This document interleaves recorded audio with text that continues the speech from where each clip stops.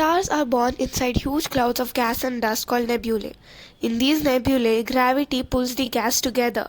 The cloud collapses and heats up, and a protostar is formed. This protostar consists of hydrogen and helium, but the fusion has not started yet. The main sequence, or the second stage in a stable star, is when the core becomes hot enough for the nuclear fusions to begin. Hydrogen atoms fuse into the helium atoms, and energy is released as light and heat. This outward energy will balance gravity. So basically gravity pulls the star towards its core, whereas this energy releases outwards. The star is now a main sequence star. Most of the star's life is spent here. Our sun is currently in this stage. The third stage is when fuel starts to run out.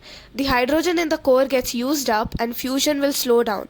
Gravity starts pulling inwards, but the fusion, which used to give out energy outwards, is slow now.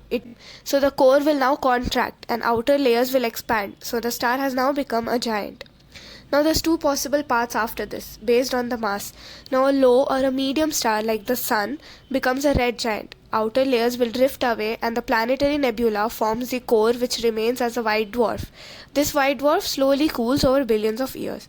Whereas massive stars, which become red supergiants, their core collapses suddenly.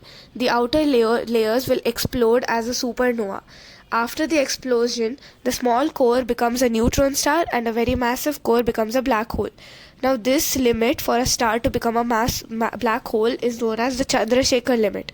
A massive star only becomes a black hole if its mass is 1.4 times the mass of a sun. This limit was discovered by an Indian scientist known as Subramaniam Chandrasekhar. So the life cycle mainly depends only on one thing, its mass. The bigger the star is, the more dramatic is its ending.